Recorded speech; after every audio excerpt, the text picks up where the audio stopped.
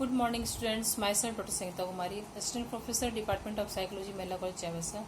Students, मैंने इसके पिछले वीडियो में यूजी सेमेस्टर 6 का ऑर्गेनाइजेशन बिहेवियर में वर्क मोटिवेशन के बारे में बताया था, जिसमें वर्क मोटिवेशन में सोशल इंटेंसिव या फाइनेंशियल इंटेंसिव के बारे में बताया था। यानी कि प्रेरणा में आर्थिक महत्व, आर्थिक प्रलोभन जो होता है उसका कितना योगदान होता है। आज मैं उसी क्लास को कंटिन्यू कर रही हूँ। आज मैं बताऊंगी आप लोगों को कि प्रेरणा में अनार्थिक प्रलोभन का क्या महत्व होता है। यानी कि कर्मचारियों को ऐसी प्रेरणा दी जाए या ऐसा उनको मोटिवेट किया जाए जिससे में अनार्थिक यानी कि फाइनेंशियल सपोर्ट नहीं बल्कि दूसरी तरह से हम लोग उसको इतना प्रेरित कर दें ताकि काम जो हो हम लोग का सही ढंग से हो सके, यानी प्रोडक्शन हम लोग का सही ढंग से हो सके। तो प्रेरणाओं में सामाजिक प्रलोभन भी इसके बाद है। हम लोग पहले जानेंगे कि अनार्थिक प्रलोभन क्या है। जिस तरह से प्रेरणा में मैंने 3 चीज का बारे में आप लोग बताया था कि प्रेरणा में आर्थिक प्रलोभन, प्रेरणा में अनार्थिक प्रलोभन और तीसरा है प्रेरणा में सामाजिक प्रलोभन, जिसका कर्मचारियों के व्यक्तित्व पर बहुत ही ज्यादा प्रभाव पड़ता है और हमारा प्रोडक्शन सही ढंग से होता है। तो आज मैं आप लोगों को बताने वाली हूँ कि अनार्थिक प्रलोभन, प्रेरणा में अनार्थिक प्रलोभन यानी नॉन फाइनेंशियल इंसेंटिव्स ई मोटिवेशन। इसमें देखा क्या है कि जिस तरह से फाइनेंशियल मोटिवेशन में देखे थे कि वेतन विधियों की बहुत प्रकार होती है, यानी वेतन देने के तरीके जो होते हैं कर्मचारियों के अलग अलग तरीके से होते हैं। यानी कहीं पर कर्मचारियों को उसे घंटे के अनुसार से वेतन दिया जाता है, कहीं उनके दिनों के अनुसार से दिया जाता है, कहीं उनकी योग्यताओं के अनुसार से दिया जाता है, कहीं उनके जो जितने साल पुराने हो चुके कर्मचारी यानी उनके जितने साल उन्होंने उस उद्योग में व्यतीत किया उसके आधार पर उन्हें वेतन दिया जाता है। आज मैं आप लोगों को बताऊंगी कि ये अनार्थिक प्रलोभन भी होते हैं, जिसमें मनोवैज्ञानिकों का मत है कि आर्थिक तत्वों के अतिरिक्त अनार्थिक तत्व भी प्रेरणा के लिए उत्तरदायी होते हैं। प्रलोभन व्यक्ति के लिए, प्रलोभन जो होता है उद्योगपतियों के लिए महामंत्र है, जिनसे वह मजदूर को अपने वश में करता है और उनके वेतन जैसी समस्याओं को दूर रखता है। इसमें क्या है कि अनार्थिक प्रलोभन से शोषण की अप्रत्यक्ष विधियां कहा जा सकता है। बुद्धिजीवी जो होते हैं अपने अर्जित योग्यताओं से साधनहीन मजदूरों को लूटने का प्रयत्न करते हैं। यानी इसमें क्या होता है कि मजदूर जो खटते हैं, जो काम करते हैं कर्मचारी, उसे पैसे ना देकर दूसरे तरीके से उसे प्रोत्साहित किया जाता है, ताकि काम तो अच्छा होता है लेकिन इससे कर्मचारियों को कोई आर्थिक लाभ नहीं होता है। जिसमें हमारा पहला है प्रशंसा या निंदा या दंड, जिसे हम लोग प्रेज या पनिशमेंट कहते हैं। इसमें देखा जाता है कि सामान्य व्यक्ति की ये कमजोरी होती है कि अगर लोग उसकी प्रशंसा कर देते हैं तो वह अपने काम में ऑटोमेटिक अच्छा प्रदर्शन करते हैं। इस तरह से प्रशंसा से क्या होती है कि कर्मचारी की आत्मा और अहम दोनों की संतुष्टि मिलती है। निंदा या दंड से क्या होता है, व्यक्ति बहुत ज्यादा दुखी हो जाता है और मानसिक स्थिति जो है वो असंतुलित हो जाता है, जिससे इसका जो पूरा असर काम पर पड़ता है। इस तरह से अगर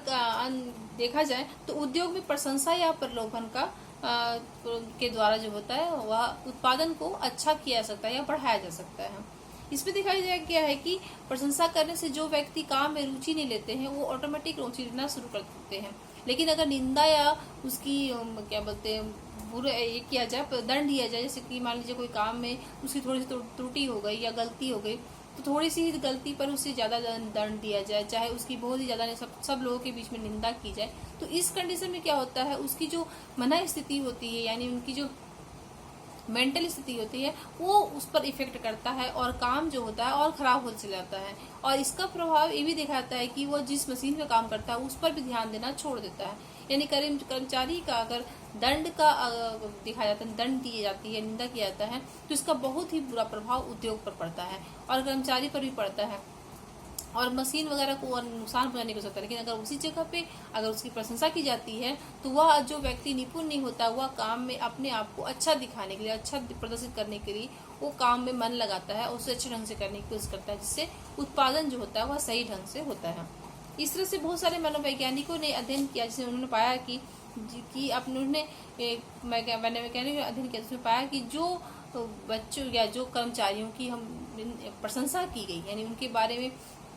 सभी लोगों के बीच में उसकी प्रशंसा की गई, उसके बारे में बताया गया, तो वह जो वो अपने काम में और उन्नति करते चले गए। लेकिन अगर जिस कर्मचारियों को उन्होंने निंदा किया, दंड दिया, वे उनका जो कार्य में हो वह कमी आती चली गई, यानी धीरे धीरे और कमजोर होते चले गए और उनका मन काम में नहीं लगता रहा और इस कारण मशीनों की भी क्षति देखी गई।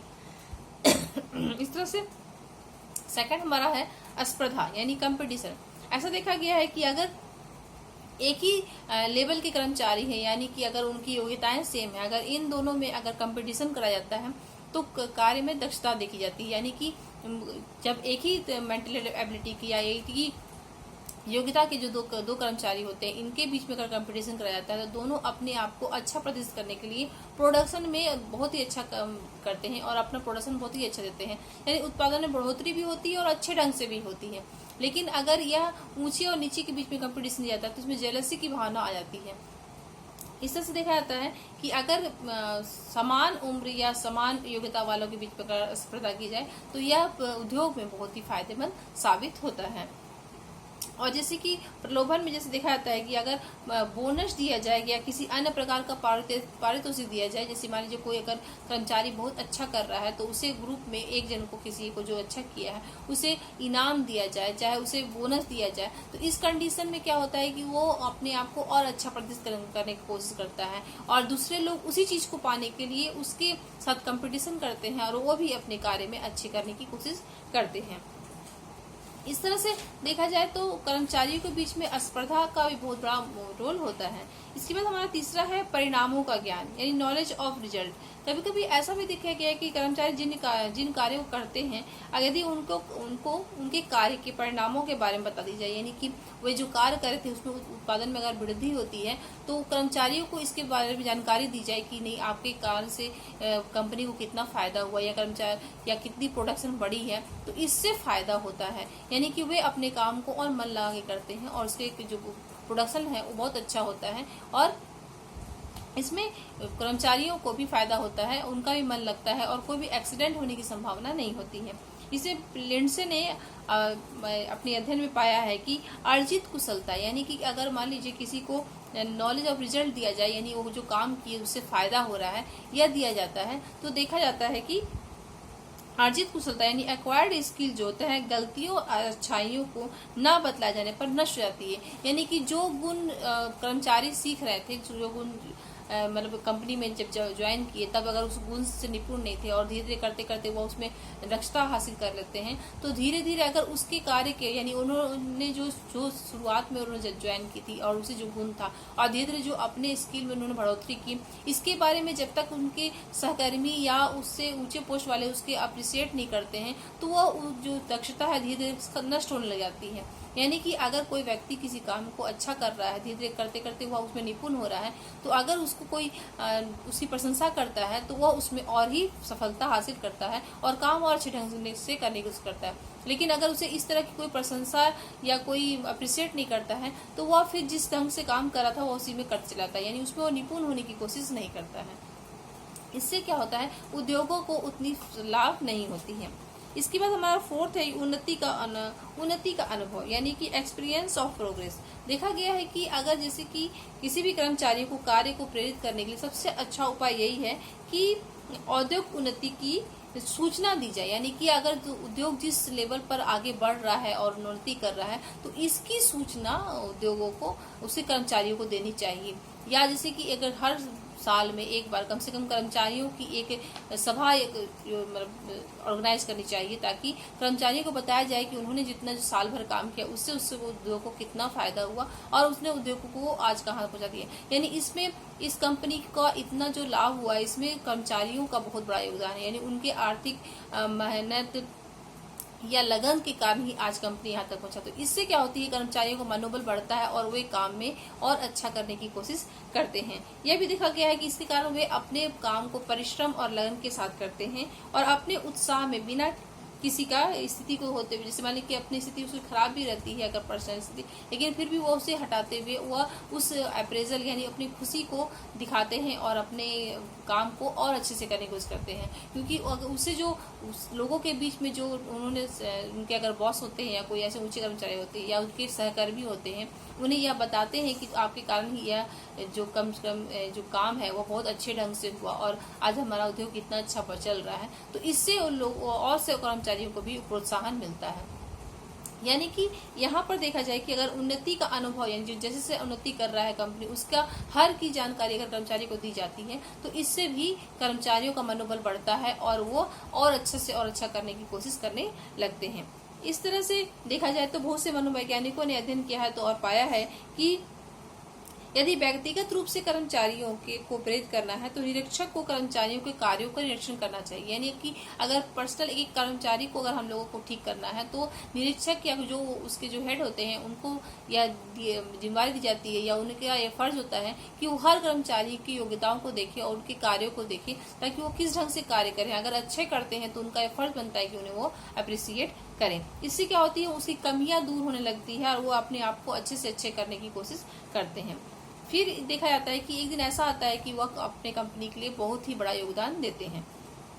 इस तरह से ऐसा करने से कर्मचारी कार्य के लिए अधिक प्रेरित होता है। पांचवा हमारा है कार्य और खेल, वर्क और एंड प्ले।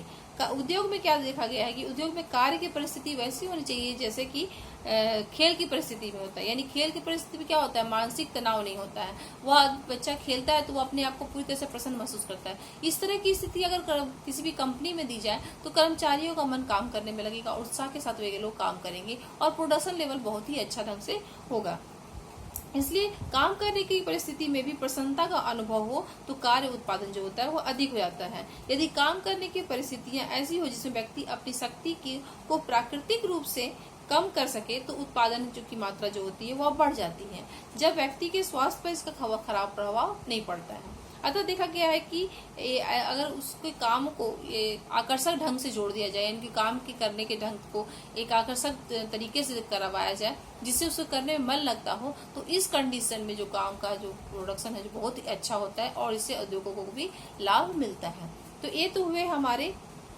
अनार्थिक प्रलोभन की किस तरह से उद्योगपति अनार्थिक प्रलोभन के द्वारा भी कर्मचारियों के मनोबल को बढ़ा सकते हैं या उसका उत्साह को बढ़ा सकते हैं ताकि वह उनसे अच्छे से अच्छे कामों को ले सकें और वो अपने उद्योग को और आगे बढ़ा सकें। तो आर्थिक प्रलोभन की तरह ही अनार्थिक प्रलोभन का भी बहुत बड़ा योगदान होता है। इसके बाद मैं नेक्स्ट वीडियो में आप लोगों को बताऊंगी कि प्रेरणा में सामाजिक प्रलोभन भी होते हैं। सामाजिक प्रलोभन के द्वारा भी उद्योगपतियों जो होते हैं वे अपने इस चीज को आगे लेके जाते हैं, जिससे सामाजिक प्रलोभन के द्वारा भी कर्मचारियों के मनोबल को बढ़ाया जाता है या उससे उत्साह को बढ़ाया जाता है जिससे प्रोडक्शन लेवल बहुत ही अच्छा हो। आज के लिए इतना ही। Thank you.